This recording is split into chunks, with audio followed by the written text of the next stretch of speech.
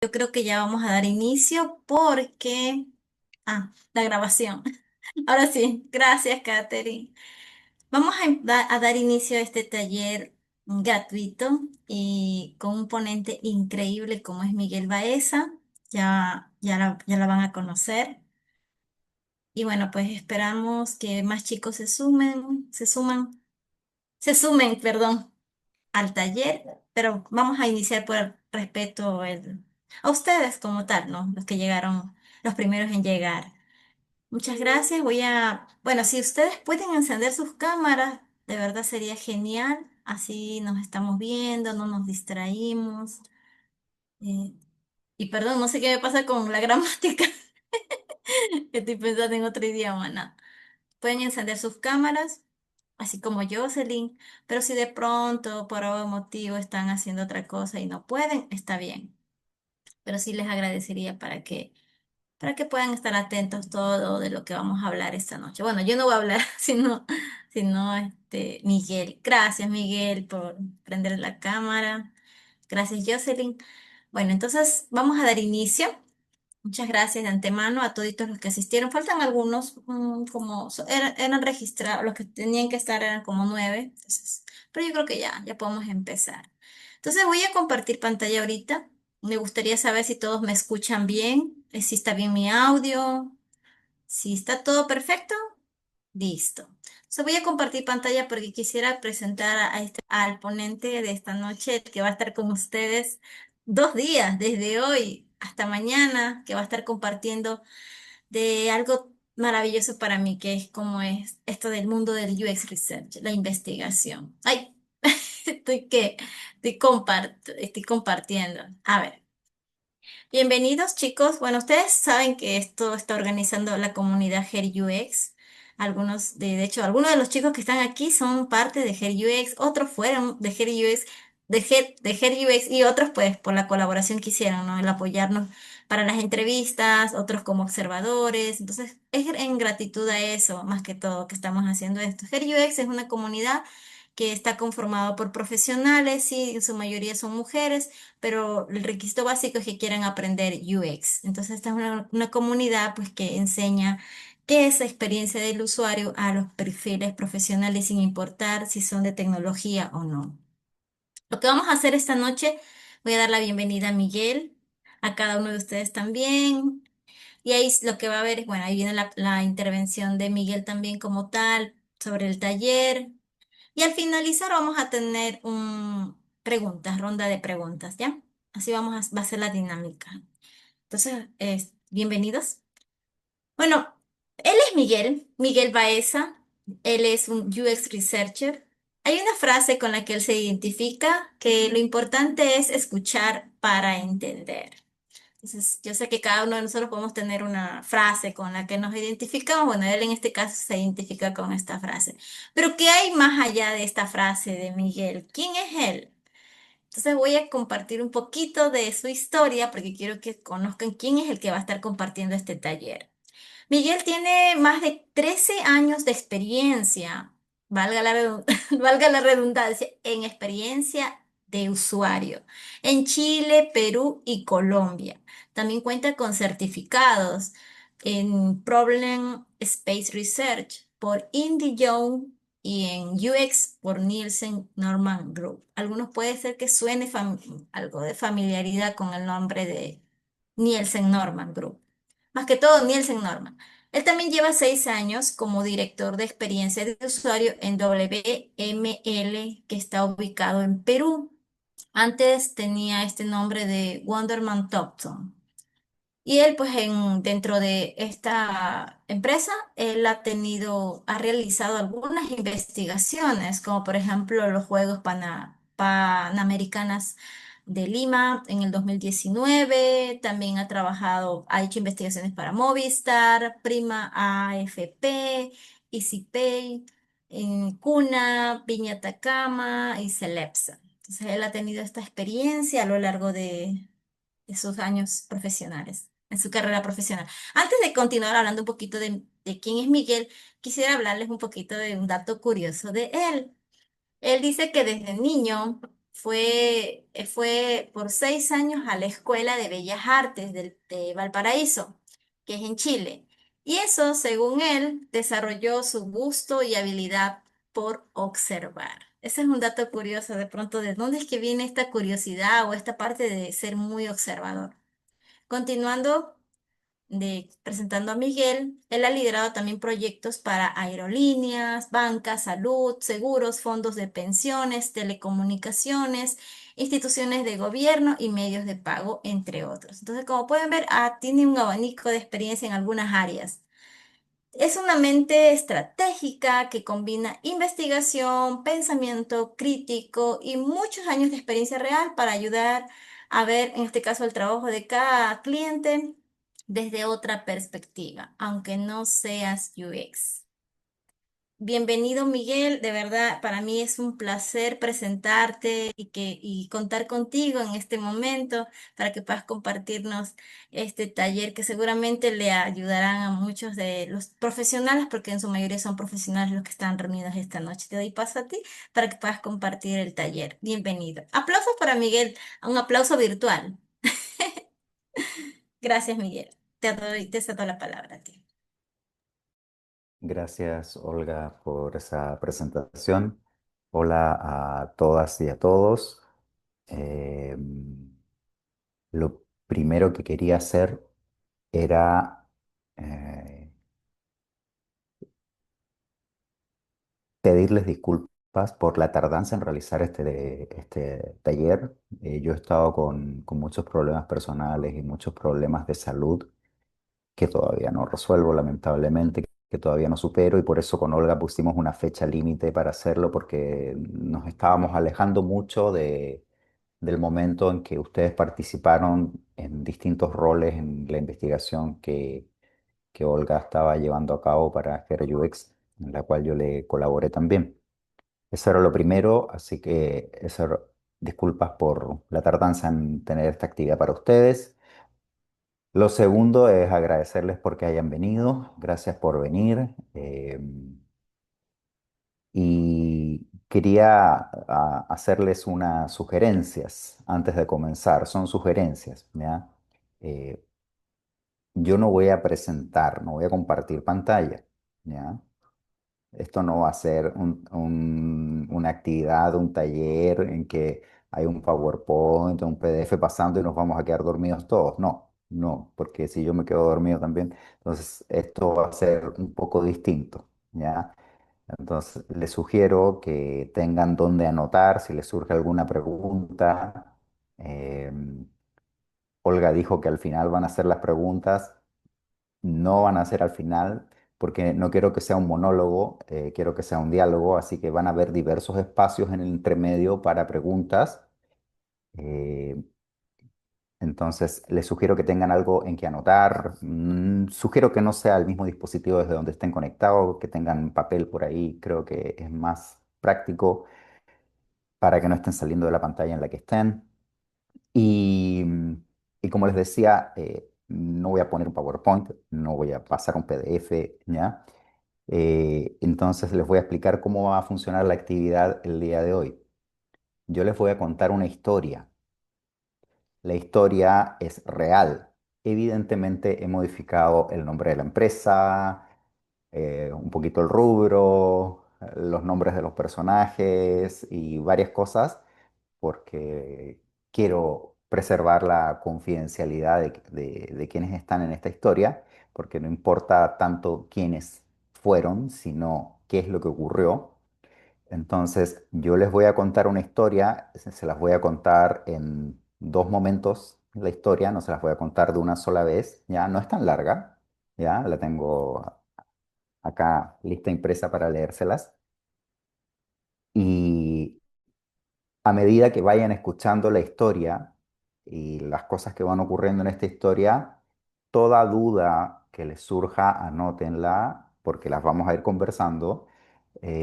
Cosas que le parezcan que estaban bien, que estaban mal, o que ustedes no están de acuerdo con algo, Anótenlo porque en un momento lo vamos a utilizar y va a ser importante porque esa va a ser la forma de trabajar hoy y esa va a ser la forma en que se van a llevar un aprendizaje, ¿ya? Porque mi objetivo es que se lleven algo de acá, que se lleven una respuesta, una certeza, probablemente se van a llevar dudas y está bien, no está mal llevarse más dudas, pero quiero que se vayan con al menos una certeza, con al menos una respuesta. Así que eh, si no tienen preguntas antes de comenzar, yo voy a empezar a contarles esta historia. Díganme si alguien quiere hacer alguna pregunta, levante la mano o avise nomás. Y, y si no, comienzo con la historia. Ya, vamos a comenzar entonces. Ya. Érase una vez una empresa de servicios que brindaba servicios a otras empresas. El rubro de esta empresa era el de servicios a barcos de cruceros en diferentes puertos de distintas ciudades y países de Latinoamérica. La empresa quería rediseñar su web y para esto solicitó una reunión con una empresa que prestaba servicios de diseño de experiencia de usuario para incluirla en el proceso de licitación que llevaría a cabo con varias empresas para elegir a una. En esa reunión estaban presentes los responsables de la empresa de servicios, por un lado, y los responsables del área de UX, por el otro lado, por el lado de la empresa de diseño de experiencia de usuario. Al comenzar a hablar, uno de los responsables de la empresa de servicio dijo, quiero innovar, quiero cambiar la web, porque la web es muy distinta de un país a otro y está muy desordenado. Siento que se ha desperfilado todo. En algunos países la web es muy básica, en algunos países dicen las cosas de una manera, en otros de otra. Siento que no estamos entregando el contenido que atraería más clientes o fidelizaría a algunos, pero tampoco tengo claro cuáles deben ser esos contenidos. Entonces, terminada la intervención del responsable de la empresa de servicios, eh, solicitó que como uno de los requisitos que tuviera la propuesta de UX, que la empresa les hiciera un benchmarking para innovar, dijo textual, y para identificar cuál es el contenido que debían incluir en su web. Al terminar la reunión, el diseñador UX de la empresa de diseño de experiencia de usuario preguntó si la web tenía que ser la misma en todos los países o tenía que ser una web distinta para cada uno. A lo que el potencial cliente le respondió que esperaba que ellos le propusieran cómo debía ser eso. El diseñador UX también preguntó si la web tenía que ser en español solamente o además debía ser en inglés porque habían en algunos países versión bilingüe, pero en otros no. Si necesitaban que el administrador de contenido fuera transversal a todas esas versiones o que solo permitiera cambios a nivel local, entre otras preguntas de alcance técnico, a lo cual el responsable de la empresa de servicios respondió que todas esas preguntas estaban en el documento de la licitación que ya había sido entregado previamente. La empresa de servicios finalizó la reunión diciendo que además esperaba que la web tuviera estándares de accesibilidad y que esperaba que la empresa de diseño de experiencia de usuario les sugiriera cuáles debían ser esos estándares. Semanas después, la empresa de diseño de experiencia de usuario, con sus responsables del área comercial y del área de UX, hicieron la presentación de la propuesta a la empresa de servicios a cruceros. En la propuesta, el diseñador UX mostró que harían el benchmarking solicitado, una prueba de usabilidad y el sistema de diseño en base al actual manual de marca.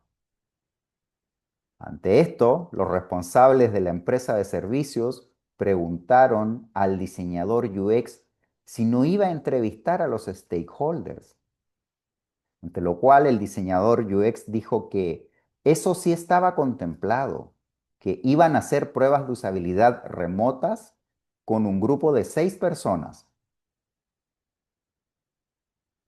ante lo cual la empresa de servicios insistió en que debían entrevistar a stakeholders y que lo debían incluir en su propuesta.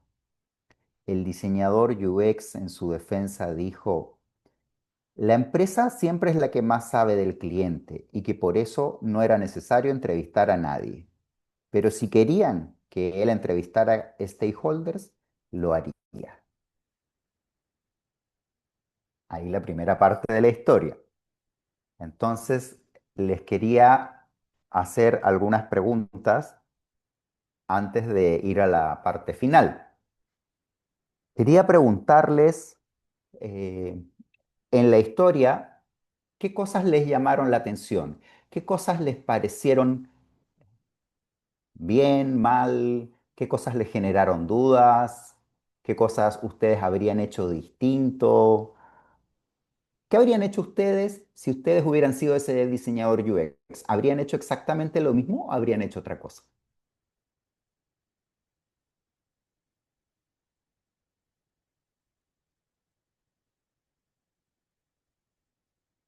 Pueden levantar la mano, no sé si pueden llegar a hablar. Tú, Olga, estás administrando esto, no sé yo. Ahí Stalin levantó la Stalin, mano. Stalin Vamos, levantó la Stalin, mano. comencemos. Hola, ¿qué tal? Buenas noches. Sí, sí me escuchan. Claro y fuerte. ¿Qué tal? Antes que nada, un saludo. ¿Qué tal, Olga? ¿Cómo es todo para mí? Gracias, Stalin. Adelante con tu pregunta o lo que vas a comentar.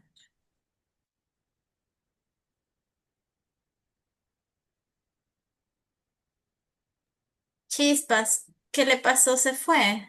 Ah, no, está silenciado, Stalin. Silenciado, Stalin. Algo pasó. Hasta mientras voy a reaccionar con un corazón. Anímese a participar, chicos, este es su tiempo. ¿Qué tal Sí, ahí ya? ahí sí, ya. Sí, no Y sé qué pasó. ahora, Ok, ok. Bueno, comentaba un poco que lo que noté fue como que ciertas irregularidades por parte de la empresa A ver. encargada de dar servicios en todo lo que es el área de UX. Bueno, en primer lugar, lo que comprendí es que esta empresa de servicios para todo lo que es, eh, era algo de barcos, si no me equivoco. Este, Una empresa que presta servicios a los cruceros en los puertos. ya, Cuando ok, llegan los tenían, cruceros a los puertos, ok,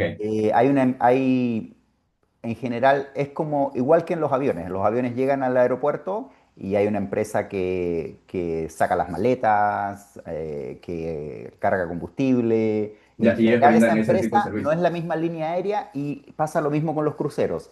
Todo Ok, ese reabastecimiento, la descarga del equipaje, el ingreso del ok, equipaje para el siguiente viaje, es una empresa externa. Nunca es la misma empresa.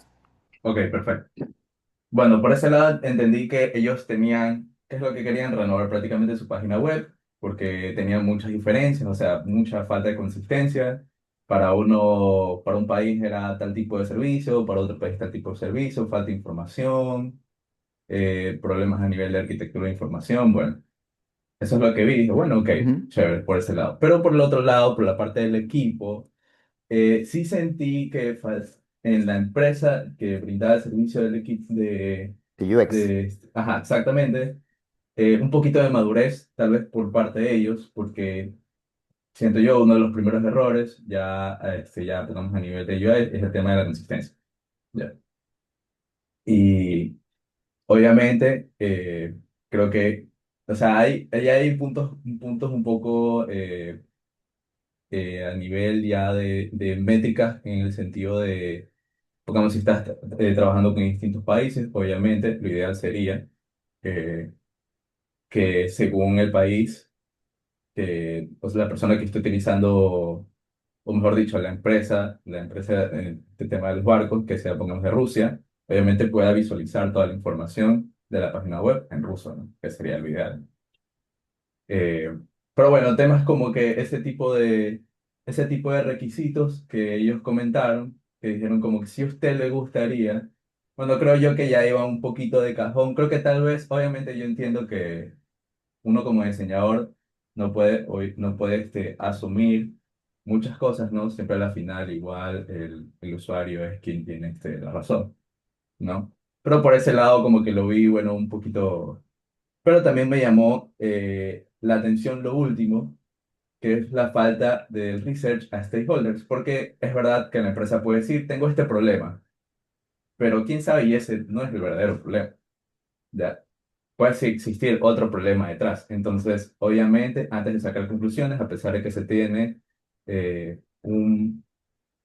un problema primero fijado, como es este tema de la renovación de la página web, por este problema de tema de información, igual habría que realizar la investigación previa para conocer, obviamente, el interés que tienen los stakeholders, este, eh, obviamente todos los usuarios, el tema de ya a nivel del cliente, que es el tema de la empresa, pero también los clientes de las empresas, pues, ¿no? Al final, el usuario final, o sea, quién va a utilizar la página web. Entonces creo que por ese lado sí, hay un pequeño desliz, diría yo, por parte de la empresa que brinda servicios del área de UX. Eso fue lo que pude observar, pude analizar de lo que comentaste. Ok, gracias, Stalin. Un placer. ¿Quién más? ¿Quién más?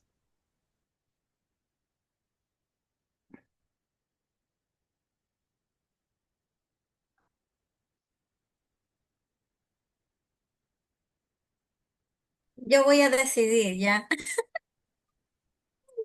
No, mentira. A ver, ¿quién se anima, chicos? Anímense, anímense. Está Jocelyn, está Jordan, Iván, Belén, Angie. Ah, no sé, Angie, ¿tú ya tienes mucho tiempo aquí o recién llegaste? Hace poco acabo de unirme. ¿No escuchaste la historia entonces? Lamentablemente, no. Oh, ya, a ver, los que están desde el inicio. ¿Quién está desde el inicio? A ver, Está Kate, Jocelyn, Jocelyn. Jordan, Iván. Sí, ellos. Sí, Eh, porque. Ah, Iván. a ver, sí, algo claro, eso, como dijo Stalin también, o sea, creo que siempre hay que tener como diseñadores de UX, tener una visión un poco más holística, entonces, no hacer entrevistas a todos los interesados me parece un error bastante grande, porque al final tienes que descubrir eh, qué es lo que ellos necesitan y al final tú estás resolviendo un problema. Entonces, sí es necesario. Entonces, por ejemplo, de las pruebas de usabilidad, igual, la prueba de usabilidad, o sea, no sé si, bueno, yo nunca he trabajado como UX, o sea, he estudiado y todo, pero en las pruebas de usabilidad, por lo general, teóricamente, o sea, sí se hace, pero hay que ver que el producto pueda tener por lo menos un MVP para poder sacarlo a producción y toda la cosa. Y eso no es una sola vez, sino creo que es, mejor dicho, es constante esos test de usabilidad, porque siempre va a haber algún tipo de problema en cualquier producto digital. Entonces, siempre se va avanzando y siempre hay que hacer esto. Y esto es algo súper constante. Entonces, hay que estar iterando siempre. Eso. Así es, gracias, Iván. ¿Quién más antes de leerles la segunda parte? De las que estuvieron del comienzo, creo que Catherine no quiere hablar y Jocelyn no quiere hablar. No sé quién más Ah, estaba del comienzo porque es no me que fijé. Katherine está, me está Ah, Catherine apoyando no puede en hablar. Ya, Zoom. ok. No, Ok. no. Ah, Eh, bueno.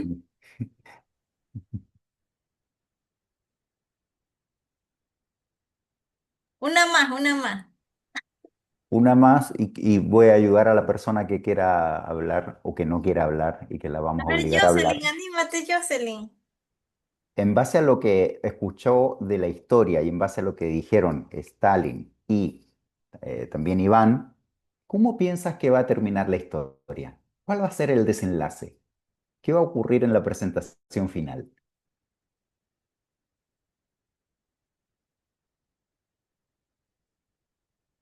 Bueno, ahorita estoy escuchando la historia, como no tengo tanta experiencia, no participo tanto, más bien estoy por eso de oyente, para aprender de ustedes. Ya, pero de lo poco que voy aprendiendo tiene cara que va a terminar mal, que las ¿Por cosas qué no van a piensas ser que va a terminar mal? porque ellos están asumiendo muchos puntos. Ya, muy bien. Entonces, cuando no asumir no es lo correcto, sino que siempre tiene que haber una evidencia de algo. Entonces, cuando ellos asumen, ahí es cuando vienen los inconvenientes, porque tienen que estar verificados ya con un estudio detrás de todo. Entonces, por eso, desde mi punto de vista, va a terminar mal. Bueno, lo único que me voy a permitir corregirte, Jocelyn, es que sí sabes, porque te has dado cuenta que han asumido y si quieren que les diga algo, Olga me preguntaba qué frase tengo. Mira, Olga, aquí podemos inventar otra frase mía. UX que asume algo, para mí, no es UX, porque nosotros no tenemos que dedicarnos a asumir, tenemos que dedicarnos a encontrar hechos, a encontrar evidencia y en base a eso diseñar, en base a eso decir hay que hacer esto. Pero asumir es, no, no, no, para eso está, hay otras profesiones que encubren su trabajo de manera muy hermosa diciendo que hacen incluso ciencia, pero se dedican a asumir, ¿no? A casi adivinar, ¿no? Entonces lo que dice Jocelyn está muy bien, así que vas muy bien, Jocelyn, no te preocupes por eso. No sé por qué te estás cayendo de la imagen, no sé si Ah, eh, es mi cámara. tu cámara está muy arriba ya, ok. Sí, sí. Pero antes de ir a leer el desenlace de la historia, eh, tanto lo que dijo Stalin, Iván y Jocelyn es parte de esta historia real, yo la viví, ¿ya? No, evidentemente no voy a revelar el nombre de la persona, el nombre de la empresa, ni el contexto, ¿ya? Pero acá yo le he llamado en la historia diseñador UX al perfil, pero el perfil en LinkedIn tiene un nombre bastante más elaborado, algo así como Product Designer Lead, no sé cuánto más, y en su LinkedIn salen 50.000 siglas, ¿ya? Para que vean, ¿ya? Entonces, él dirige el equipo de una consultora, ¿ya? En un país X de Latinoamérica. Y esa persona, la frase que yo coloco ahí es 100% real. Él dijo en la presentación que para él siempre, y ojo, eso es lo peor, bueno, yo me quería morir en esa reunión, dijo siempre, ¿ya? Que para él siempre la empresa es la que más sabe del cliente. Yo en mis, ¿cuántos años me pusiste, Olga, que tengo de experiencia? Como 50 me puso. Ya, en Mil, mis mil. 50, en mis 1000 años de experiencia, si hay algo que les puedo decir, es que el cliente, o sea, las empresas, son las que menos saben de sus clientes, no lo que dijo el colega. Entonces, claramente el colega ahí estaba asumiendo que la empresa conocía al cliente y en las frases de los responsables de la empresa de servicios se nota que no, que ellos quieren que los entrevisten porque ellos no saben, ¿no? Entonces, todo lo que han dicho tanto Stalin, Iván y Jocelyn es cierto y es parte de, y los principales problemas hasta ahora tienen que ver con asumir, con, lo dijo un poco Stalin al comienzo, dijo, el cliente viene con una cosa y el diseñador UX, este diseñador UX a cargo de este proceso, dijo, ya, hagamos eso. Pero como vamos a ver más adelante, efectivamente esto no es tan así, porque yo voy al médico porque me duele acá al costado, esto también es real desde ahora, ya me dolía acá al costado, abajo, y yo pensé que tenía un cálculo. Entonces yo fui donde el médico y le dije, doctor, ábrame que me duele esto, no doy más de dolor. El doctor me dijo, ok, pero primero hagamos una ecografía. El doctor no asumió, muy bien. Yo estaba asumiendo, ¿eh? Mal paciente. Y cuando me hicieron la ecografía, el riñón salió sano, no tenía nada.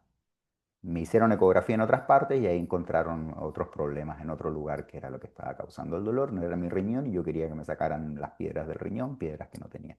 ¿Ven? Entonces, es exactamente lo mismo. Cuando el cliente viene a nosotros, viene con síntomas, ¿no? Viene con síntomas de algo, no viene con el problema exacto, ¿ya? Porque es imposible conocer el problema exacto antes de investigar. Así que vamos al desenlace porque ahora esto se va a poner más sabroso. Digamos. Bueno, al mes siguiente, la empresa de servicios a cruceros dio la respuesta a las empresas de diseño de experiencia participantes en la licitación y lamentablemente la empresa de la cual hemos conocido su historia perdió la licitación y se quedó sin este negocio y sin este proyecto que aparecía como muy importante económicamente y profesionalmente para la empresa de UX. Pero, ¿por qué se perdió este proceso? ¿Mm? Se perdió porque el diseñador UX a cargo de no supo entender que lo que le presentaba al cliente era un síntoma y no era el problema de fondo. Porque no supo entender que lo que el cliente presenta no es lo que hay que investigar directamente. Si el cliente me dice quiero un benchmarking para innovar, yo no tengo que hacer un benchmarking porque un benchmarking no es para innovar. Un benchmarking es para comparar cosas comparables. Y con eso nadie puede innovar en ningún lugar del universo. Además, y esto es muy importante y es algo quizás más específico, y aquí sí me excedí con la historia, eso sí lo reconozco, ¿ya? Eh, En cierto tipo de empresas, en especial en las que son B2B, como le llaman, ¿no? Empresas que prestan servicios a empresas, ¿no? Y no como a clientes finales de forma masiva, ¿ya? Eh, los stakeholders son lo más importante. Hay empresas, yo he trabajado proyectos B2B para empresas que tienen 10 clientes, facturan miles de millones. Por ejemplo, he tenido proyectos para una empresa generadora de electricidad, ¿ya? Tenían 10 clientes, ¿ya? Y ganaban muchísimo dinero, pero tenían 10 clientes, no tenían miles. Y para trabajar para esa empresa, por ejemplo, entrevistamos a cada uno de sus clientes. ¿Por qué? Porque los clientes en el B2B son críticos, porque tengo pocos que me generan mucho, a diferencia de si yo soy una marca de mayonesa que me compran miles de millones de personas, eh, podría decir que no me van a importar todos esos millones, sino que algunas para investigar. Pero cuando soy B2B, en general tengo pocos clientes y cada uno de ellos me genera una facturación muy grande, por lo tanto tengo que conocerlos perfectamente y cuidarlos mucho, ¿ya? Eso yo lo he visto trabajando en B2B. Por alguna razón, muchos de mis proyectos han sido B2B y por eso he acumulado cierta experiencia en eso y se los puedo decir, ¿ya? Entonces, el otro error del diseñador UX fue no entender que en este tipo de negocio es un negocio muy distinto a vender mayonesa, ¿ya? Por seguir con mi ejemplo, y es un negocio en que eh, no solo importan los pocos clientes, ¿ya? Sino que además influyen los proveedores. Es crítico, ¿ya? Los proveedores son críticos, los proveedores de la empresa, ¿ya? Y lo otro es que dependiendo del rubro, me pasó en esa empresa de electricidad y en los cruceros pasa exactamente lo mismo. em, Hay un punto en que estas actividades están reguladas por el Estado. Hay un punto. ¿ya? En la electricidad, la distribución, la generación, en general en la mayoría de los países está regulada, ¿ya? Eh, y por ejemplo, en el tema de los cruceros está el tema de las aduanas, el tema de los visados, hay el tema del tipo de carga, los aranceles, hay muchísimos factores en que el Estado regula. Y los negocios en que el Estado regula algo, hay que responderle a alguna autoridad, al menos una, del Estado. Y a esa autoridad también hay que entrevistarla, porque esa autoridad puede generarnos problemas en el futuro y conviene que sepamos qué planes tiene esa autoridad para el rubro en el futuro.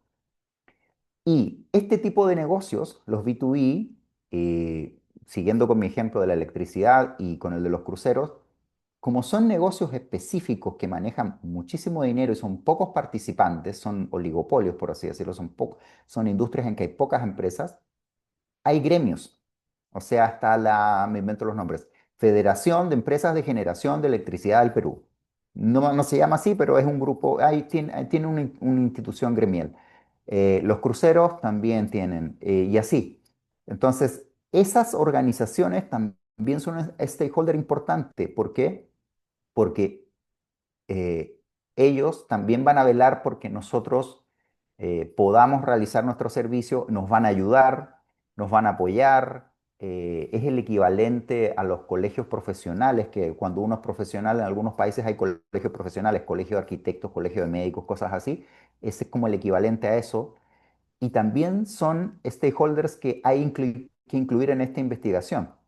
Y lo otro con el Estado es que el Estado, si interviene en tu negocio, te va a pedir que tú tengas algo en tu web. Sí o sí, vas a tener que tener ciertas declaraciones de sostenibilidad, vas a tener que tener quizás las memorias de la empresa, las ganancias, las inversiones, declaraciones de transparencia, muchísimas cosas dependiendo del negocio el Estado te pide que tengas cosas ahí. Entonces, esa web no se puede hacer sin conversar con la autoridad del Estado, ¿ya? Y el diseñador UX acá estaba pasando por alto a todos estos stakeholders.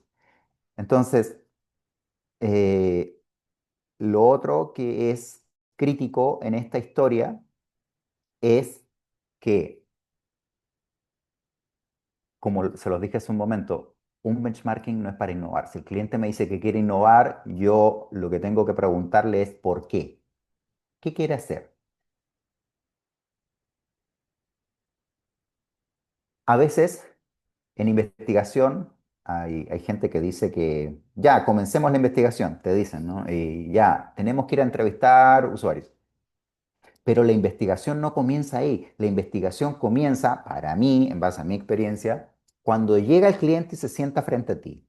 Cuando llega el cliente comienza tu investigación, porque tú tienes que empezar a investigar cuál es el problema de fondo que el cliente te está trayendo. El cliente va a venir con síntomas. Incluso puede traer un problema real y concreto. Ejemplo, la gente me está abandonando el carrito de compra en la mitad del e-commerce. Y puede ser concreto y real, y está pasando, ¿ya? Y no es un síntoma, pero sí es un síntoma de otra cosa. No es el problema de fondo. El problema es que, por ejemplo, no sé, me estás obligando en el proceso a comprar más cosas. Ujú.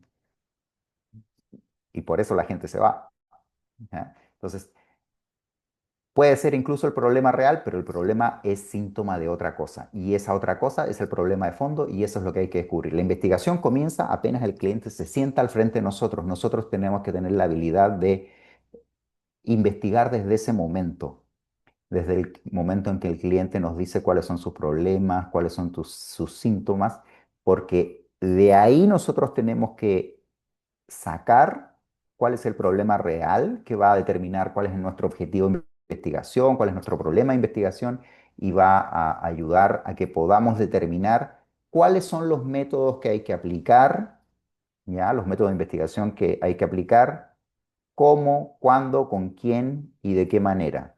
Porque en este caso, mañana viene otra historia que es acerca de pruebas de usabilidad, pero si se fijaron, el diseñador dijo que iba a hacer una prueba con 6 personas remota, ¿ya? Mañana, con otra historia sabrosa que les voy a traer, vamos a estudiar qué pasa con las pruebas de usabilidad, pero para una web que iba a estar en 4 países, en 2 idiomas, con diferentes stakeholders y diferentes tipos de clientes finales, yo no puedo hacer una sola prueba de usabilidad con 6 personas y mucho menos remota. ¿No? ¿Qué prueba eso? Prueba que el diseñador UX que estaba involucrado en esta licitación no sabe cómo diseñar pruebas de usabilidad para un caso como este. Porque imagínense, son 4 países distintos. Imagínense que la web iba a estar en Chile, Ecuador, Brasil y me invento Panamá. Son países muy distintos. Si hago una prueba con 6 brasileños, ¿es lo mismo que 6 ecuatorianos, que 6 chilenos? Ah, y si escojo 2 de uno y 2 del otro, tampoco. Eso. Entonces, antes de pasar a la siguiente ronda de preguntas e intervenciones, veo que Olga levantó la mano hace rato. Olga, dime, cuéntanos. Y yo quería compartir algo que me pasó por mi experiencia A laboral, ver, ¿qué pasó? que yo no tenía muy claro esto de la diferencia del cliente. Porque, bueno, en este caso los stakeholders, ¿no? Porque el cliente, pues a la final es el que paga por el servicio o producto, el usuario es el que usa el producto, pero cuando usaban la palabra cliente, para mí solo era ese. Pero sin embargo, dentro de una empresa, cuando tienes un equipo y el equipo está conformado por el equipo de distintas disciplinas y sobre todo tu jefe o gerente, subgerente, todo eso, y cuando cualquier departamento dentro de la empresa te presenta ese problema, es el cliente. O sea, yo antes no lo tenía muy claro y nunca, creo que cometí muchos errores en eso porque nunca me puse a pensar en investigar al cliente, entender qué me estaba pidiendo antes de ir de una con los usuarios, antes de decirle, mira, este es el método que voy a utilizar, voy a hacer una encuesta, voy a hacer una entrevista, voy a hacer un focus group, voy a hacer pruebas de usabilidad, entender realmente qué es lo que me estaba pidiendo el cliente, ahondar un poquito más en él, conocerlo también, ¿no? ¿Qué esperaba? Por ejemplo, si yo tenía que presentar resultados como investigadora, ¿cómo le gusta a él los resultados, ¿no? Si es como muy visual o no es tan visual. O sea, eso de verdad es que sí es importante. Ahora ya por las cosas que me han pasado, ya lo tengo más claro. Entonces ya sé que antes de, como dices, ¿no? Antes de irme a hacer, a aplicar esos métodos, enfocarme también en conocer las necesidades del cliente. El cliente que te está solicitando, te está presentando su problemática. Tener bien claro cuál es ese problema y qué van a hacer con la solución. O sea, qué van a hacer una vez que tú ya le entregas los resultados. Eso también algo que aprendí. Era solo más que todo para aclarar un poquito el tema cliente.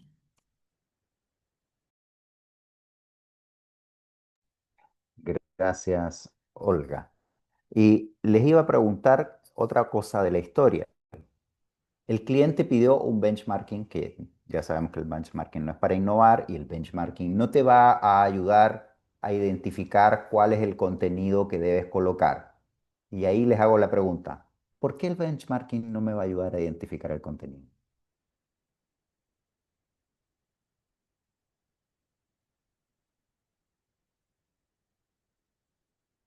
Mm, Hablen sin miedo. Yo diría porque no conozco todavía el problema en sí, ¿ya? Entonces, si yo no tengo una propuesta de solución todavía, o sea, ¿de qué me sirve hacer un benchmarking para saber, yo qué sé, quiero hacer, no sé, va a ser una feature donde los usuarios van a poder escoger como que, yo qué sé, organizar el horario del crucero, un ejemplo, Ujú. ¿ya? Si yo no sé que esa es la solución a mi problema, ¿de qué me sirve hacer un benchmarking en base a esa solución, ¿no? Si es que en caso de la competencia también brinda ese servicio, ¿ya? Entonces, no tiene, o sea, no tiene una base, no tiene un porqué todavía. ¿Para qué utilizarlo, para utilizar esa herramienta en ese momento? No, no es lo ideal. Excelente, Stalin. Así es, no, no sirve, no sirve, porque lo que sirve es lo que es bien insólita la historia, ¿ya? Porque yo cuando viví esta historia, yo no podía creer lo que yo estaba viendo y oyendo al mismo tiempo, porque el cliente, yo ya me había dado cuenta que no tenía muchos conocimientos de UX, pero aún así, al ver la propuesta y que la propuesta no incluía entrevistas, el cliente saltó y dijo, pero no van a hacer entrevistas. Entonces, eh, es súper importante, aunque uno no sea investigador, aunque uno trabaje en otro rol de UX o uno sea UX, lo que sea, el nombre que sea, el saber determinar qué método de investigación aplicar a qué problema. Si yo tengo que identificar contenido para un rediseño web, lo más probable que eso me salga al cruzar la información de entrevistar por un lado a los mismos colaboradores de la empresa, por otro lado a los otros stakeholders que ahí estarían los clientes, miembros de algún gremio, si es que hay un gremio del rubro de la empresa, representantes de la autoridad o de la entidad estatal que intervenga, y clientes finales si es que hubiera. Y yo contrasto la información de estos stakeholders con la información que me dijo comunicación, marketing, legal y todas esas áreas. Y ahí yo voy a encontrar dónde está lo que la empresa quiere decir, lo que la empresa me dice que debe decir por cumplir con tal o cual ley, y lo que todos los otros en el fondo necesitan que diga su web, ¿ya? Y eso en el benchmarking no va a salir jamás, porque en el benchmarking yo no voy a hablar con los stakeholders, ¿no? Es imposible. Y ahora les hago otra pregunta. El diseñador dijo que iba a hacer una prueba de usabilidad cuando el representante de la empresa de servicios para los cruceros dijo que no habían entrevistas. El diseñador UX dijo, pero va a haber una prueba de usabilidad. Yo no sé porque nunca más hablé con ese diseñador. Quisiera no volver a hablar nunca más. Eh, Él parece que en ese momento quiso decir eso como para salir de la situación, por un lado, o parece que para él la prueba de usabilidad es lo mismo que una entrevista. He conocido casos así, lamentablemente. Entonces, la pregunta que les hago ahora es, ¿por qué yo puedo obtener esta información que necesitamos para determinar el contenido que debe tener la web cuando la rediseñemos? ¿Por qué yo puedo obtener esa información de entrevistas? ¿Y por qué no la puedo obtener de una prueba de usabilidad?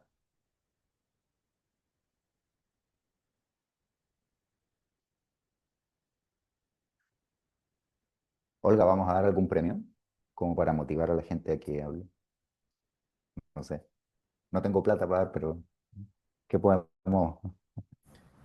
Eh, o sea, en las entrevistas, por lo general sale información de qué es lo que en realidad ellos necesitan, más no en la prueba de habilidades ya cuando ya tienes y quieres, o sea, probar si las soluciones que tú diste están funcionando o no. Entonces, no, nunca va a ser lo mismo porque uno es antes y el otro es después. Entonces, el uno es para saber qué es sus necesidades, qué es lo que dicen, qué es lo que hacen, qué es lo que están haciendo para, y nosotros traducir eso. Y ya en las pruebas de usabilidad, o sea, bueno, ya damos las soluciones, hacemos cuando ya tengamos una maqueta o ¿cómo se llama? Un wireframe debajo de alta calidad como para poder probar. Entonces, no, nunca va a ser lo mismo. Muy bien, Iván. Exactamente. Es imposible obtener esa información en pruebas de usabilidad porque no es lo mismo que una entrevista, pese a que eh, hay muchos colegas, lamentablemente, que creen que sí. Mañana se van a divertir con la historia que les voy a contar. Mañana vamos a tratar eso, ¿ya? Eh, pero no, pues no se puede. Sí, es como dice Iván, o sea, la prueba de usabilidad prueba en el fondo la ejecución de ciertas tareas y no me va a entregar ya información de, de cuál es el tipo de contenido que las personas necesitan que esté para sus distintas necesidades, porque las necesidades de la persona que está en la entidad del Estado que supervisa a esta industria es una. La necesidad de los clientes es otra, la necesidad del gremio es otra, la necesidad del cliente final es otra. Y tenemos que identificar todas esas necesidades para incluirlas, ver en qué momento tienen que estar diferenciadas, ver en qué momento sí pueden ser parte de una intersección, por así decirlo, y la prueba de usabilidad jamás va a servir para eso. Entonces, eso que dijo el diseñador en esa reunión, a mí casi me dio un ataque, ahí sí casi me explotó el riñón, aunque no tenga piedras en el riñón, porque era muy básico y burdo lo que decía, y yo no esperaba escuchar eso de un líder de UX, de una consultora grande a nivel global, ¿ya? Entonces, ahí fue bien impactante. Y, pero ahora quería hacerles una pregunta sobre lo que ustedes mismos han dicho en distintos momentos. Todo lo que ustedes han dicho tiene un nombre, por así decirlo. Y no se llama UX, no me refiero a eso. ¿Qué es lo que es? Si fuera un sustantivo, ¿ya? Se los voy a poner de otra manera. Lo que a ustedes les ha permitido detectar los errores del UX, del diseñador en este proceso, ¿ya? ¿Cómo se llama lo que a ustedes les ha permitido darse cuenta de eso?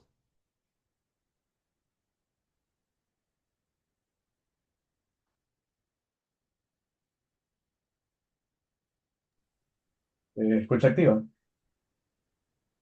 ¿Ya? este ¿Qué más? caso. ¿Qué más? ¿Qué más? Pensamiento No hay crítico, respuestas correctas ni incorrectas, pues así como son las entrevistas y... Ok. pensamiento crítico, Análisis. ¿Qué más? ¿Qué más?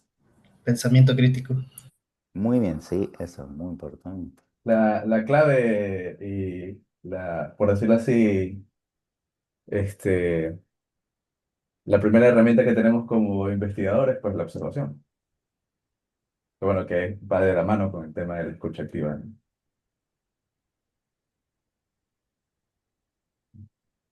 Le dije a Olga que diéramos un premio, están poco participativos, pero bueno. Eh, pero todo lo que han dicho es, sí, la escucha activa, el pensamiento crítico, el pensamiento analítico, y podríamos incluso decir que hasta la experiencia, y no hay que tener mucha experiencia para darse cuenta de estas cosas, ¿ya?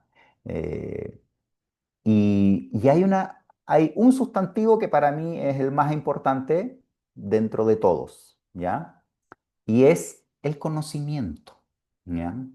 El conocimiento que ustedes tienen les ha permitido, sumado a la escucha activa, el pensamiento crítico, eso les ha permitido a ustedes darse cuenta que en esta historia real, lamentablemente, el diseñador estaba cometiendo una serie de errores básicos desde un punto de vista y que ustedes dijeron en su momento que ustedes habrían hecho otra cosa, lo cual habla muy bien de ustedes.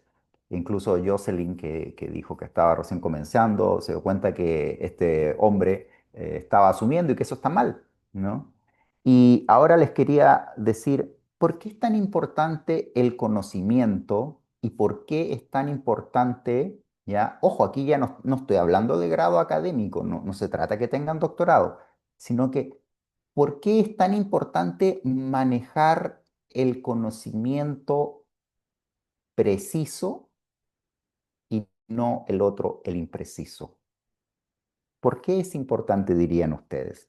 ¿Cuál sería la diferencia entre manejar conceptos o manejar el conocimiento preciso y, y manejar conocimientos imprecisos?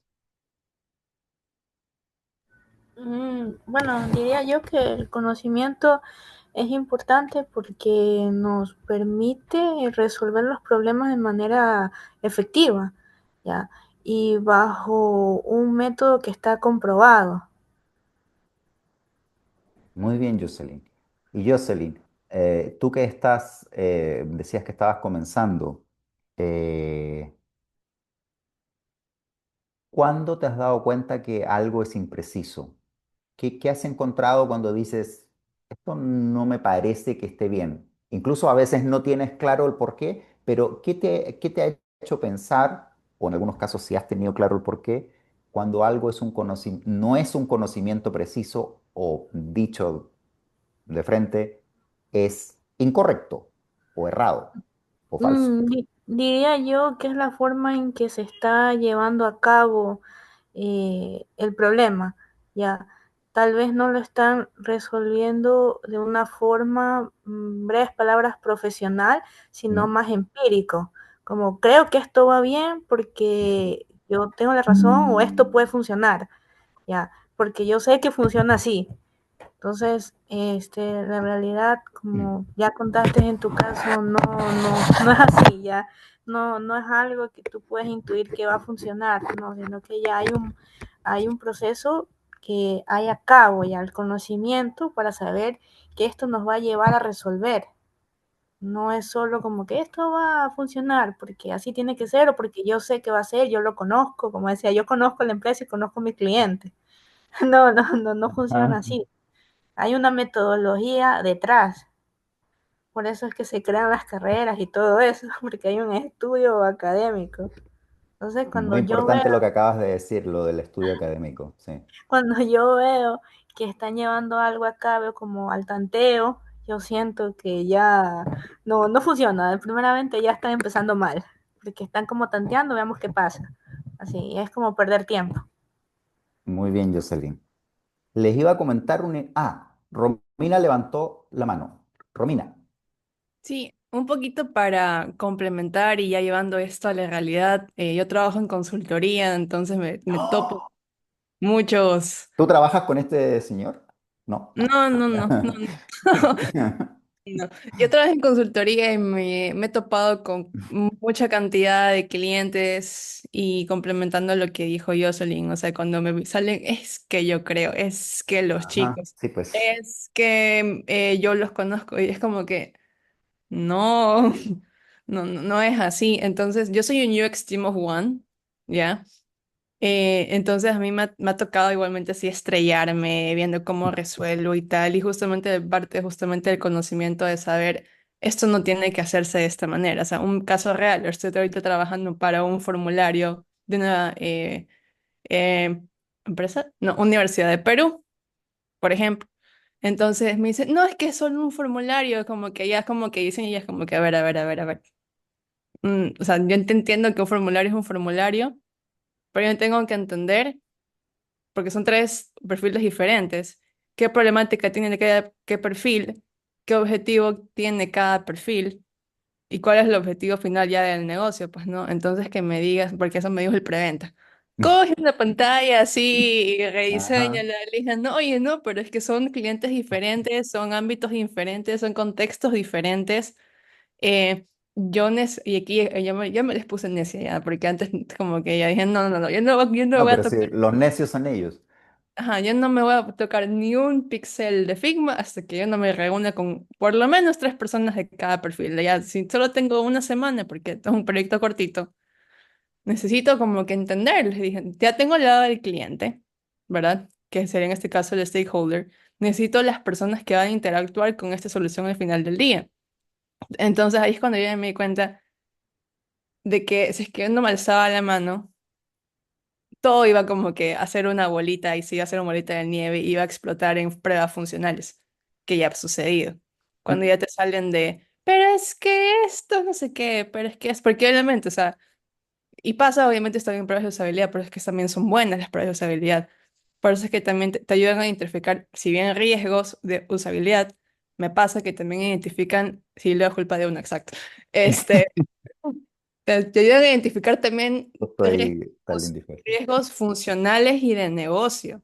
Pero cuando Sí, ya pues. ven algo tangible, hay el tema de la recordación, pues no, porque o sea, ahí es como que ya se dan cuenta de que, ay, mira, pero sucede esto de acá. Hoy tuve, por ejemplo, entrevistas ya con los docentes que van a interactuar con esta aplicación y, por ejemplo, con un coordinador. Y me dice, oye, ¿se te puede hacer algo? Yo como que sí, dígame, para mí todo este proceso está mal. Y yo... Ya. Pero es que el proceso de tu área de selección y toda la vaina, o sea, ahí desafortunadamente en este caso ya no puedo meter mano porque es negocio. Sí, pero es que no me gusta. Y yo, Y le empecé a preguntar, ¿y por qué piensas así? Y es como que, no, es que me parece demasiado largo, yo soy un ingeniero, ¿no? ¿no? Entonces o sea, es divertido, me divierte muchísimo hablar con la gente porque salen, y me estoy divagando un poquito, pero es que llegué tarde, perdón. Este, y me gusta compartir estas experiencias porque si bien soy un UX Team of One, me he topado con un montón de experiencias de diferentes ámbitos y diferentes personas, diferentes países. Entonces, estos han sido peruanos, primera vez que interactúo como que 100% con peruanos, son chéveres, por si acaso. Pero ha sido muy divertido y justo el tema de saber identificar a una edad, o sea, una etapa súper temprana, cuando es algo que está medio wishy-washy o ya, versus algo que sabes que está súper concreto y el cliente entiende netamente lo que se hace en UX, ¿no? Porque cuando no entiende es mucho más complicado transmitir lo que es el valor que tú puedes aportar como profesional. Y es que yo no soy un diseñador de pantallas y tengo cuadritos en Figma o cualquier inteligencia artificial que está saliendo ahorita. Entonces, eso. Así es. Muchas gracias, Romina. ¿Por qué les preguntaba de esto de que yo después les dije que el conocimiento, parte de todo lo que ustedes mencionaron, ¿no? Aparte de la escucha activa, del pensamiento crítico y analítico, ¿por qué el conocimiento preciso, correcto, no el impreciso, incorrecto y hasta errado y en el extremo falso? Es porque en los tiempos que vivimos, lamentablemente, estos tipos de conocimientos, por así decirlo, que en realidad son desconocimientos, abundan a tal nivel que se transforman en mitos. Les quería citar un ejemplo para que lo piensen. ¿Han escuchado alguna vez la frase, eh, no se puede mejorar lo que no se puede medir? Sí, sí. ¿La han escuchado? Así es. ¿Y qué piensan?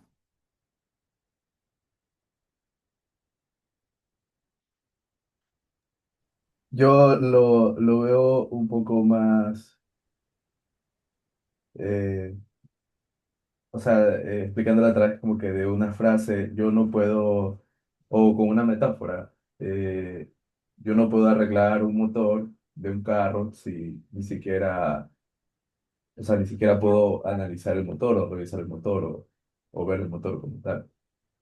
Entonces, ¿cómo puedo solucionar algo si no tengo las herramientas o... Ujú. Y en este caso, pues ya mi herramienta principal, como tú lo comentabas, pues en este caso el conocimiento, pero, o sea, esa es como que la idea que trato de transmitir, ¿no? Si no sé nada, ¿cómo soluciono? Entonces, entonces Sí, sí, sí se llega a entender. sí, acotando lo que dice Stalin, yo también lo veo más por el lado del usuario, ¿no? De conocer al usuario, sus necesidades. Ya una vez que tenga bien claro esto, ¿no? Identificando sus dolores, todo lo que hace un investigador antes de diseñar.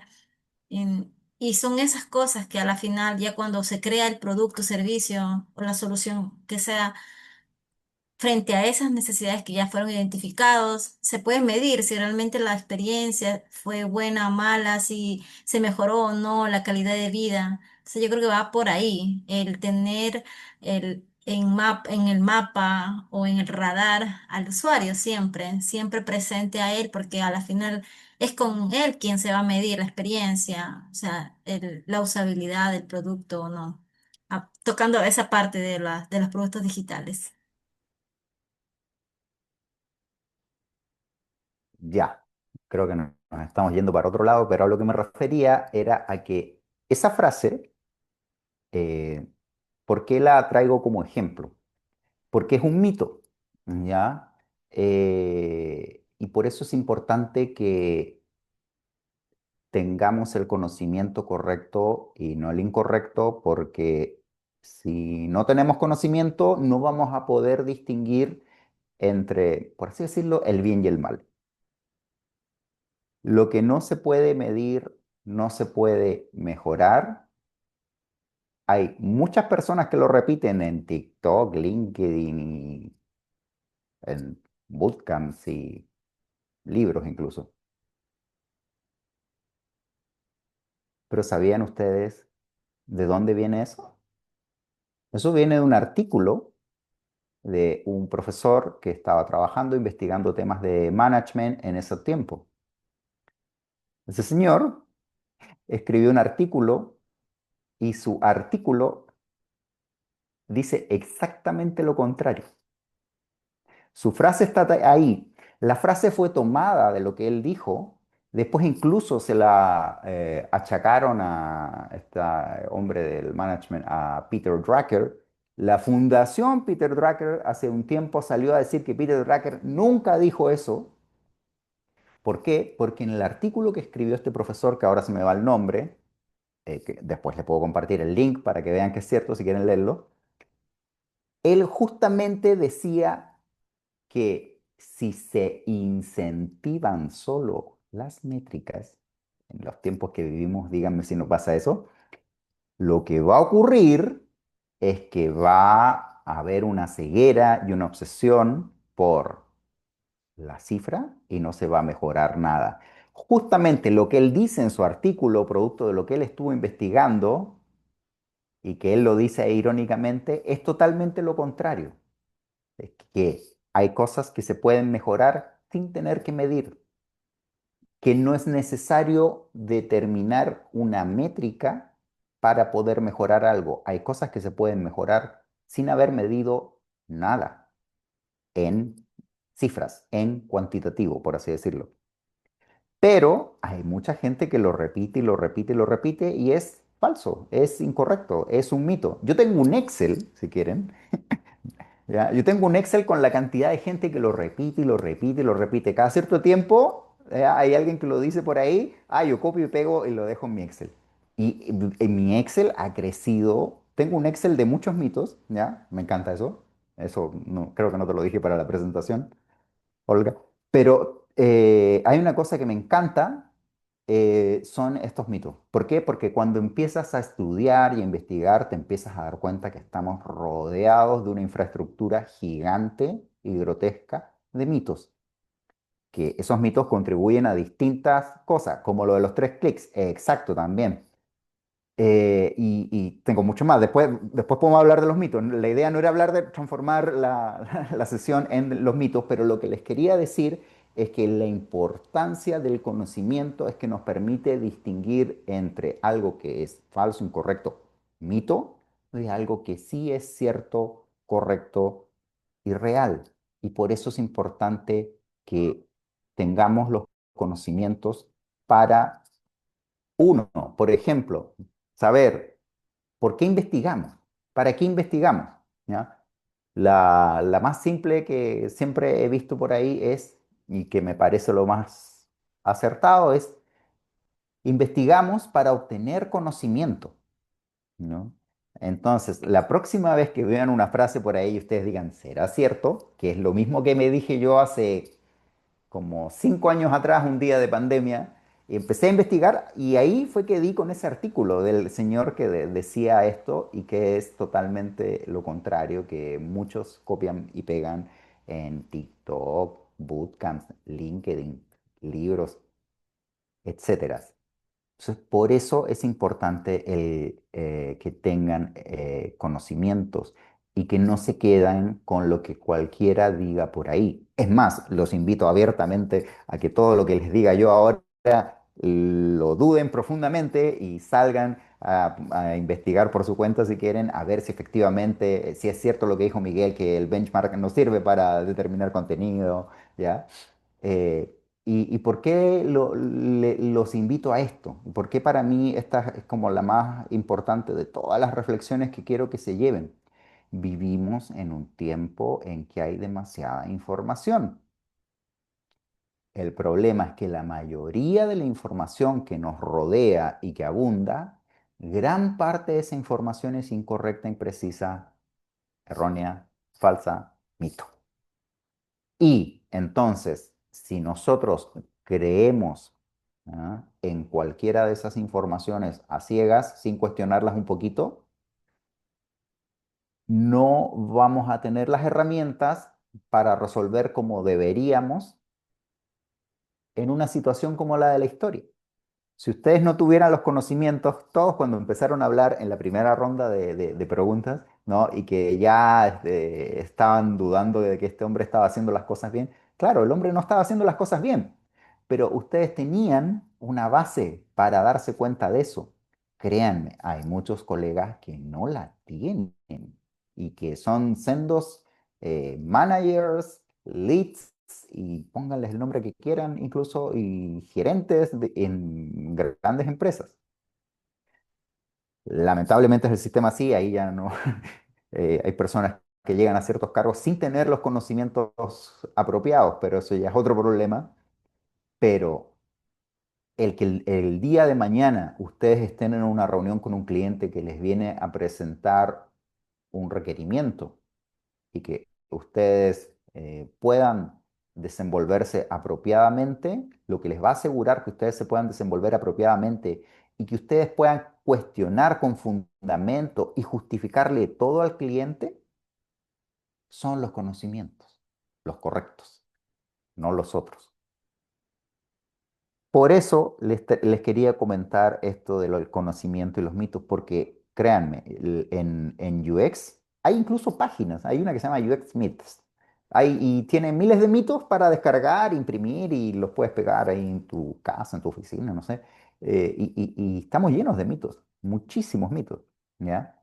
Eh, eh, entonces, es muy importante que tengan mucho cuidado y que incluso si dudan de algo, porque no lo saben, y no saber algo está bien. Yo tampoco lo sé todo.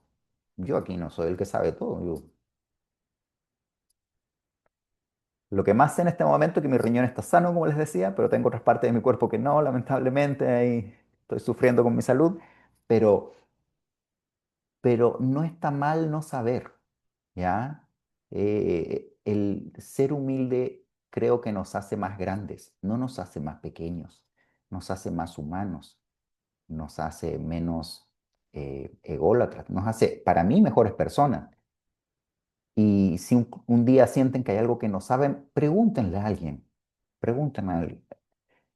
Yo cuando partí, en el año 2006, 2008 por allá, no habían cursos de UX en línea, no habían bootcamps. Yo partí leyendo libros y preguntándole a los pocos colegas que en ese momento trabajaban en Chile en lo que se llamaba arquitectura de información, porque antes de UX eso se llamaba arquitectura de información, y algunos eran analistas de usabilidad.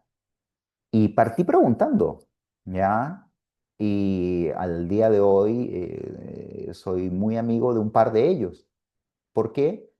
Porque más allá de que yo en ese momento no sabía mucho, yo estaba partiendo y ellos ya habían comenzado, vieron mi genuino interés en aprender. Y créanme que cuando alguno de ustedes, otra persona vea que tienen un genuino interés en aprender, los va a ayudar, ¿no? Los va a ayudar. Y eso, créanme que los va a hacer crecer, más que llegar y creer cualquier contenido que veamos por ahí, porque lamentablemente los contenidos, como les digo, hoy sobran y los malos, incorrectos y erróneos son los que más sobran, lamentablemente. Entonces, yo no sé cómo llamar a este diseñador UX de la historia, pero em, si no sabe UX, para mí no es diseñador UX. Y quería cerrar su historia con una frase, y es que bueno, esta frase la he escuchado por ahí, no me acuerdo, en algún podcast creo que alguien lo dijo. Y uno de los problemas que tenemos en la industria y que no quiero que nunca ustedes tengan, y por eso los invito a investigar más, para aprender más, a preguntar, es, hay muchos UX, ¿no? Que no saben que no saben. Y ese es el problema más grande que yo veo en nuestra industria. Mucha gente critica los bootcamps, critica que las empresas piden un UI que haga todo y así, hay mil factores ya, pero lo que yo más veo en los países en que he estado trabajando y eh, en mi trabajo llevo 6 años, he hecho miles de entrevistas para reclutar perfiles. eh, el principal problema es cuando una persona no sabe que no sabe, cuando la persona no tiene parámetros, no tiene las herramientas mínimas para darse cuenta que no sabe, ¿ya? Y eso no quiero que les pase nunca.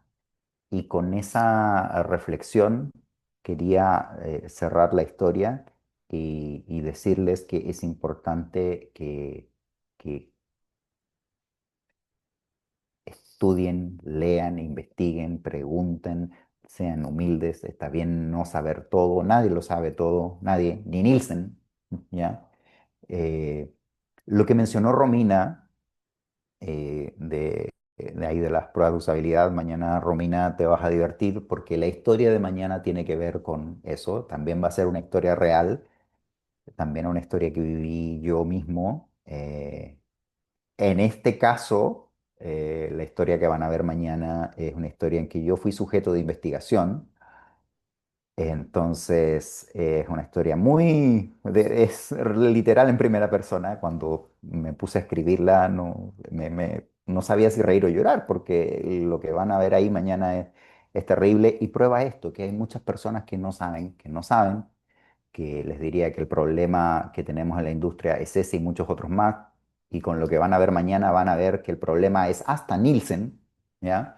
Yo tengo una certificación en Nielsen, me encantaría ir a devolvérsela y que me devuelva la plata, lamentablemente no se puede, pero es muy importante que cuestionemos lo que vemos por ahí, los contenidos, que incluso si estamos leyendo un libro no porque sea un libro significa que es necesariamente correcto, cierto, preciso, verídico, científico, etcétera. Si algo dudamos, googleemos a ver si alguien piensa algo distinto, si alguien escribió algo distinto, ¿ya? Eh, y con eso quería cerrar la historia de hoy y quería hacerles ver que es muy importante sus intervenciones al comienzo y después porque reflejan que ustedes saben más que ese UX que hoy día lidera una consultora, no voy a decir dónde ni voy a decir el nombre de la consultora, Miguel, cállate. Em, y eso es muy importante, eso me da mucho gusto, me alegra, lo felicito.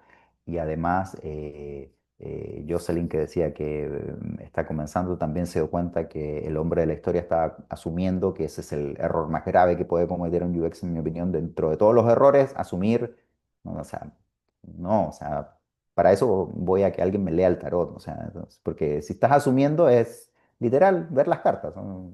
Pero tratar de adivinar para dónde va el viento. Entonces, quería cerrar con esa reflexión y ahora les cedo la palabra para que pregunten todo lo que quieran, comenten, aprovechen este tiempo. Los escucho, las escucho.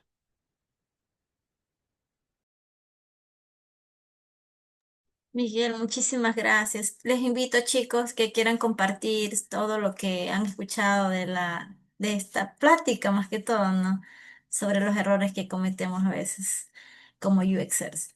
Así que compartan lo que ustedes quieran compartir, alguna vivencia, de pronto que quieran profundizar sobre algún punto que compartió Miguel.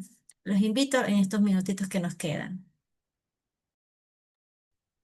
A mí me gustaría decir algo, antes que nada, agradecerte, Miguel, por este taller del día de hoy. Qué increíble, qué bueno que falte otro el día de mañana, porque me gustó mucho la actividad de hoy.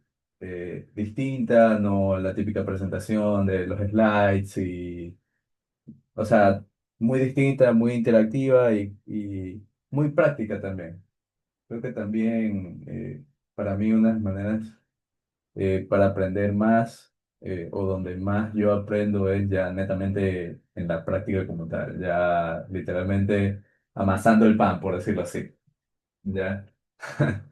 Pero, pero sí, agradecerte por eso. Me gusta cómo eh, tu, tu perspectiva o cómo tú ves el diseño como tal.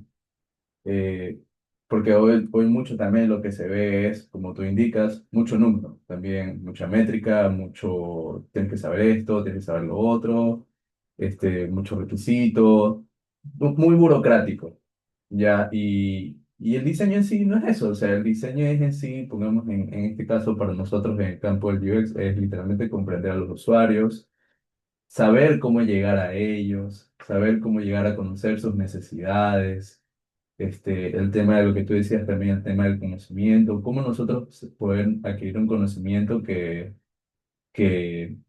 en este caso no sea un fake news, por decirlo así, no sea algo falso, de poder identificar, llegar a identificar eso. Eso me parece súper importante, que creo que todo diseñador, sobre todo todo diseñador de experiencia del usuario, es algo que debería tener como parte clave para poder construir su carrera. Ya, el tema de aprender a investigar como tal, porque no es solo ir y yo hago unas preguntas y me dan cierta información y ya está, sino qué voy a preguntar, saber qué voy a preguntar, cómo voy a analizar esta información. Este, bueno, agradecerte por eso. Me gustó mucho, estoy muy ansioso por mañana. También decirte por tu tema de salud, espero te mejores lo más pronto posible.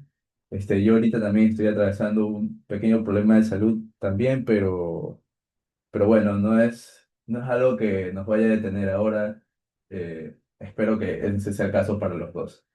Eh, y por otro lado, tú comentaste algo cuando estabas hablando sobre los stakeholders, pongamos de esta empresa de servicios, eh, el saber reconocer las necesidades de los proveedores, o mejor dicho, investigar a los proveedores de esta empresa. ¿Ya? Ahora, no veo un poco todavía muy bien si yo estoy recibiendo un servicio de tal tipo. Suponiendo, yo de mi empresa tengo, obviamente, trabajo con otras empresas, pongamos, yo qué sé, la de tema de logística, a nivel de maletas, ¿ya? De crucero, por decirlo así. Obviamente ellos me brindan ese servicio en específico, pero eh, ya si yo estoy o bueno, ¿cómo me ayudaría a mí conocer un poco o investigar un poco a mi proveedor en este caso? O sea, ¿de qué manera tú tienes una mejor perspectiva o mejor visualizas mejor este caso? Porque, bueno, lo viviste, pero ¿de qué manera me ayuda? Me ayuda a conocer estas necesidades de ellos. Te ayuda, ¿sabes en qué? Las empresas no lo ven.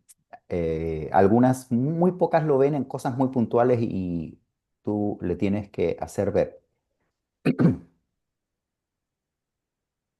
En el caso, por ejemplo, de la empresa de electricidad para la que hice una investigación en una época, una empresa que genera electricidad, tú me dirás cuál es el proveedor de si generan energía hidroeléctrica, es el agua que viene del río. Entonces, claro, ahora también tienen una central que es a gas, que es termoeléctrica. Entonces, por ejemplo, ahí tienen un proveedor, el gas, ¿ya? Claro, Pero cuando hice la investigación, el proveedor que saltó como crítico y que había una parte había un área de la empresa que lo tenía identificado, ¿ya? Era que esta empresa tiene dos centrales en un río, en distintos puntos de este río, ¿ya? Hacia el sur de Lima, ¿ya? Y son lugares alejados, no están como dentro de una ciudad, o sea, es río arriba, por así decirlo, hacia la cordillera, ¿ya? Y yo no lo sabía, pero lo descubrí en el proceso, como no están dentro de una ciudad, no está así en Lima como estoy yo acá, no tienen las personas que trabajan ahí, ¿ya? No es como que si yo trabajo en esta empresa, ¿ya? Yo estoy en mi casa, voy a la oficina de la empresa, que de hecho queda como a 15 minutos de acá, no queda tan lejos, ¿ya? Y vuelvo todos los días. Pero las instalaciones, ¿ya? De las dos centrales hidroeléctricas están en un lugar alejado. Por razones de seguridad y por razones técnicas, solo quienes operan pueden permanecer en las centrales. Entonces, la gente que trabaja ahí no se puede quedar ahí, ¿ya? Se tiene que quedar en el pueblo más cercano. Y no toda la gente que trabaja en esas centrales es de esos pueblos. Algunas personas son de otros lugares y solo van algunos días a cumplir turnos. Entonces, ahí es donde tú ya irás sospechando para dónde va esto. Yo puedo tener construida la central, viene el río, pasa el agua, pero si no tengo ni una persona que me opere la central, no voy a generar electricidad. Y para que esas personas estén operando la central y, digamos, estén en buenas condiciones, hayan descansado, hayan tomado desayuno, hayan dormido, estén tranquilos, ¿ya? Dónde se alojan es crítico. Y en el medio de la investigación descubrimos que en un pueblo cercano había un pequeño hotel que había crecido producto de la hidroeléctrica. Y eran el principal proveedor de alojamiento para los trabajadores de la hidroeléctrica. Y ese hotel, si ese hotel no presta buen servicio, ya, la gente va a descansar mal, va a comer mal, va a ir a trabajar mal, no sé, se va a ir la luz en Lima, imagínate, el drama, ¿ya? Entonces, por eso los proveedores pueden ser críticos. A veces uno de fuera no se da cuenta. Y aquí viene otra reflexión importante. La generación de electricidad es un negocio que yo aprendí ahí, ¿ya? Yo le dije, y por eso les digo, yo le dije al cliente, ¿existe la posibilidad que nos hagan una pequeña capacitación al equipo acerca de cómo se genera la electricidad, cuáles son el marco legal, cómo funciona la distribución? Y afortunadamente nos tocó un cliente apasionado por su tema y dijo, por supuesto. Y nos agendaron como 10 capacitaciones con distintas personas y salimos sabiendo muchísimo de electricidad, de generación, de distribución, de un montón de cosas, ¿ya? De economía circular, de sostenibilidad, etcétera, de energías renovables. Y mira, decirle al cliente, no sé de tu tema, pero para poder investigar debo saberlo más que nadie y no decir, como dijo nuestro colega acá, dijo que el cliente siempre sabe, ¿no? Todo, ¿ya? Y el cliente de ahí en adelante tomó una actitud muy, muy colaboradora con nosotros, muy abierta, muy buena, ¿ya? No era mala antes, era una relación, vamos a decir, normal, pero de ahí en adelante tomó una actitud totalmente distinta. Estaba preocupado de que todos nos ayudaran, de que nadie faltara a una reunión, de que nadie faltara a una entrevista, de que nos entregaran toda la información, de que cuando fuimos a una central nos dieran todos los permisos, los implementos, que tuviéramos firmados los acuerdos de seguridad, las normas, etcétera, todo. Entonces, no era mala la relación al comienzo, pero cambió para bien demasiado. Solamente reconociendo, no sé de tu negocio, necesito que me enseñes para yo poder investigar, porque que yo no sepa de electricidad no me hace mal investigador, porque yo voy a investigar, lo que yo tengo que saber es de investigación, pero me va a hacer mejor investigador para tu servicio si tú me enseñas de tu negocio. Eso es súper importante. Y ahí, en esas capacitaciones, eh, y yo no lo esperaba, el área no era logística, era operaciones, no recuerdo el nombre exacto de la gerencia, tenía un programa que no estaba en la web actual en ese momento, del que nadie nos había hablado, que tenía que ver con los proveedores. Tenían una landing interna, tenían cerrada, digamos, en que los proveedores se logueaban, en que se hacían las ofertas, etcétera. Ellos rankeaban a sus proveedores, además, les entregaban feedback en forma permanente y ahí nos dimos cuenta que no tendría yo electricidad ahora, aunque la electricidad que viene en este momento no sé de qué generadora viene, pero la electricidad no es el agua que viene por el río y pasa por la central, sino que es además la persona que la está generando, la que está operando la central. Y que sin ese proveedor, que era ese hotel, y que después descubrimos una lavandería, para que vean, una lavandería, sin eso la central no funciona. Porque los que trabajan en la central no tienen dónde comer, dónde dormir, dónde descansar, ni ropa que ponerse. Entonces, por eso son importantes los proveedores. El grado de importancia va a depender del proyecto, del rubro, del negocio y del contexto, porque yo no me imaginaba esto, surgió en la investigación. Pero entonces nos dimos cuenta que ellos trataban muy bien a sus proveedores y en ningún lugar de la web lo decía y nadie nos lo había dicho. La única persona que nos lo decía era la que lideraba ese proyecto, pero también la persona no sabía si tenía que decirlo en la web, porque ella no vivía pensando en eso, ella vivía pensando en cómo tener siempre los mejores proveedores y que los mejores proveedores le dieran el mejor servicio a la empresa y a los empleados de esta empresa generadora de electricidad. Eso era lo que ella tenía en mente, pero no sabía que esto era importante decirlo en la web. ¿Y por qué era importante decirlo? Porque la empresa tenía todo un plan de economía circular y de sostenibilidad que tenía que ver con los proveedores. La empresa ayudaba a que los proveedores usaran energías renovables. La empresa ayudaba a que los proveedores cumplieran normas de sostenibilidad, cumplieran todas las leyes, por supuesto, y muchas cosas. Entonces era todo una especie de círculo virtuoso muy especial, que hablaba muy bien de la cultura de la empresa. No era la cultura que se dedicaba a maltratar a sus proveedores que te pago en 6 meses más, como hacen la mayoría de los supermercados en Latinoamérica, ¿no? No, era una empresa que sus proveedores para ellos eran muy importantes. Entonces era algo que la web tenía que decir y nadie nos lo había dicho y lo descubrimos ahí. Entonces de ahí en adelante yo me di cuenta que en B2B, proveedores, dime quiénes son tus proveedores y qué hacen. Y vas a descubrir que hay algunos que son críticos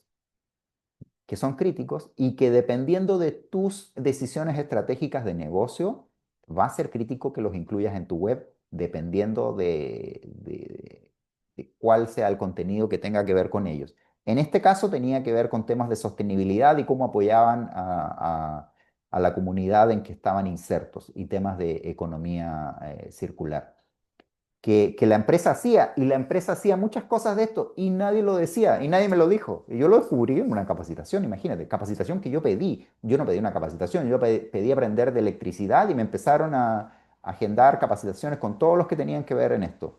Y ahí lo descubrí, ¿ya? Y de ahí en adelante me di cuenta que en B2B es crítico, no solo el cliente, las entidades gremiales que hayan, el Estado, si es que está en algo regulando, es que también los proveedores. ¿Por qué? Porque tu negocio sin proveedores no funciona. Eso. Así que si un día tienen un proyecto B2B, no se olviden de los proveedores. Muchísimas gracias, Miguel. No, La a verdad ti es por que venir. ya me quedó súper claro y obviamente para algún proyecto que venga, pues lo tomaré en cuenta. Muchísimas gracias. Y a Jocelyn, anda nomás. Hasta mañana, Jocelyn. Gracias, Stalin. ¿Quién más tiene comentarios, dudas, consultas, quejas, reclamos?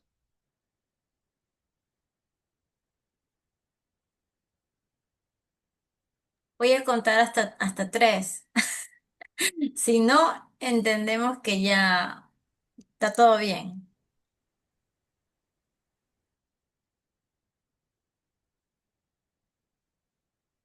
A ver, chicos, chicas, chicos y chicas, a la una.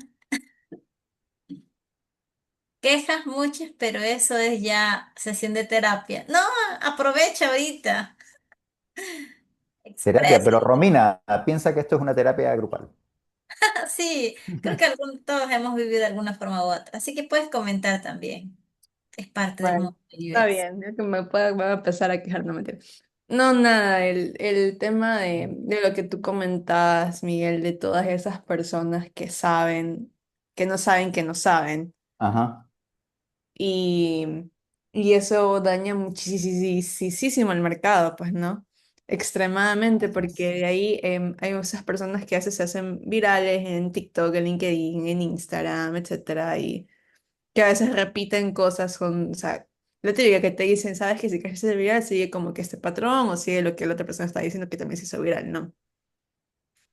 Hay pocos que yo he identificado que sí saben de lo que hablan y lo que yo ya he visto en mi corta vida es que la gente que sabe no figuretea. Así es. La gente que sabe no figuretea, la gente que sabe no tiene como la necesidad de andarse como sobreexponiendo en redes. Hay algunos que sí lo hacen, ¿no? Porque tienen algún cierto objetivo de su vida. No sé, vender un curso o como ya las 90% de los UXers figurativos que yo he visto en LinkedIn. Pero eso yo siento que a veces confunde muchísimo a nosotros las personas que recién estamos incursionando en este mundo, pues, ¿no?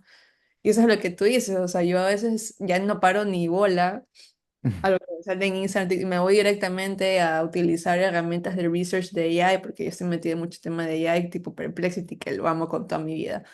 Este, o con libros, o sea, como a las bases, así, al papel original y ya. Obviamente saco después ya mis conclusiones de lo que he aprendido y hay cosas que, o sea, em, que fondo no cambian en forma sí, obviamente, forma me refiero a herramientas y todos esos. Pero es que me da tanto coraje que esta gente empieza a hablar tonteras y eso, y yo he visto de verdad unas postulaciones que yo sí digo aquí 5 carreras metidas, cómo piensan que un ser humano, o sea, no es un super saiyajin que puede hacer todo esto, eso es una persona que o sea, tiene que tener otro tipo de nivel, o sea, nivel Dios, para poder tener todas estas habilidades que quieren que tengan las empresas, las empresas que no son user-centric. Porque hay empresas que sí son user-centric que pues, ya las sabes identificar como que ya como que por aquí sí, por aquí no. Entonces, nada, esa era una de mis quejas.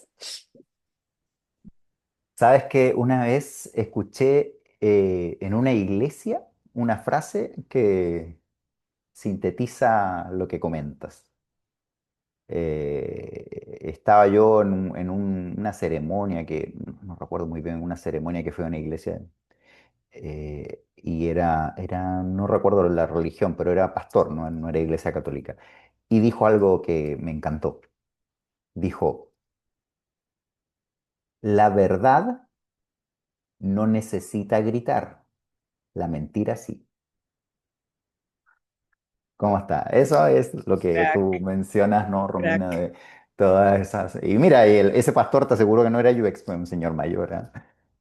Pero mira, es lo que él dice es cierto. O sea, la verdad no necesita gritar, pero la mentira sí. Entonces, él decía en su prédica, creo que sería la palabra, ya, que que no creyeran en el fondo lo que más vieran o lo que oyeran muy fuerte o muchas veces, porque en realidad la verdad no necesita gritar, la mentira sí necesita gritar.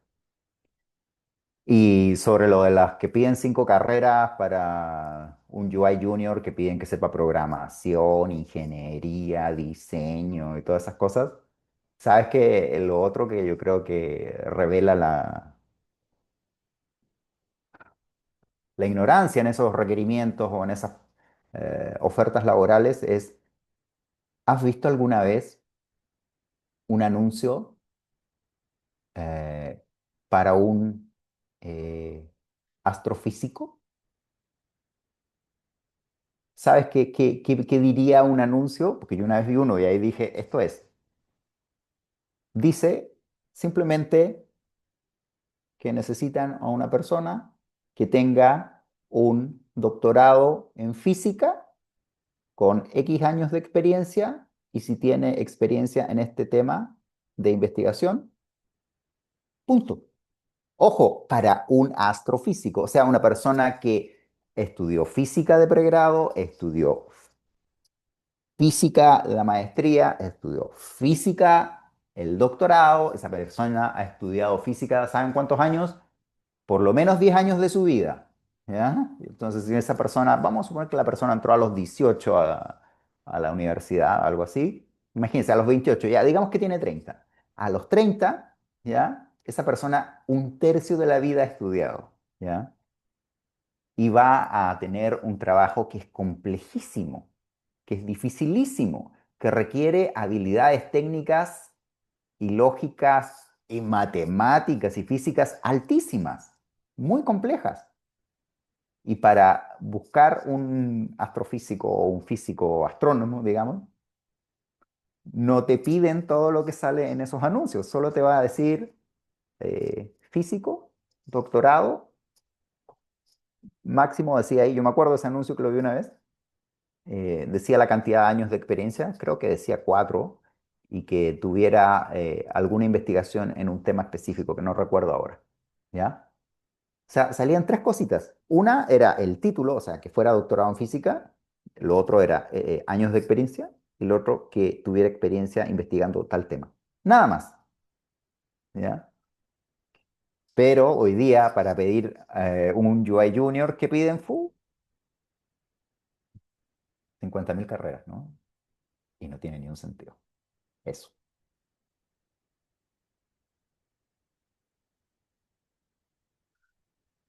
Bueno, chicos, yo creo que ya llegamos a la recta final, ¿verdad?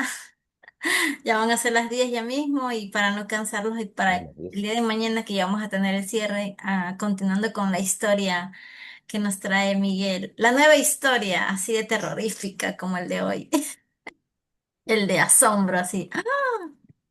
Mañana va a ser otra Sí, historia. mañana otra historia basada en hechos reales. En esta sí yo fui protagonista. Lo que callan los UX. Tenían gritos por Ah, ahí con alguien. Esto es sí. como historias de la cripta, Algo así, algo, pero historias de de la UX, cripta sí. UX. Ajá. Sí, muchísimas gracias chicos de verdad por habernos acompañado. Esperemos que mañana también se unan y bueno, pues también que participen, porque el objetivo también es que ustedes puedan aprender, o sea, que haya esta retroalimentación, ¿no? Que puedan intercambiar experiencias, conocimiento. Y gracias por aquellos que se animaron a ser parte, a participar más que todo. Así quitar eso del miedo, porque muchas veces uno dice, ay, no, y si digo algo que no es, y así. ¿No? Es válido, es válido. Como alguien una vez dijo, no sé si es una frase de alguien, que nadie nace aprendiendo. Entonces siempre vamos a estar en constante aprendizaje y como también una vez alguien me dijo, siempre va a haber alguien que va a saber menos que tú, que tú puedes enseñar. Entonces, en este caso, pues cada uno de nosotros podemos compartir desde nuestra experiencia. Muchísimas gracias, Miguel, también a ti por acompañarnos, por esa valentía que tuviste, también por la situación que nos comentaste de tu salud y a pesar de eso, pues, aunque sé que ya pasaron un mes, creo, ¿no?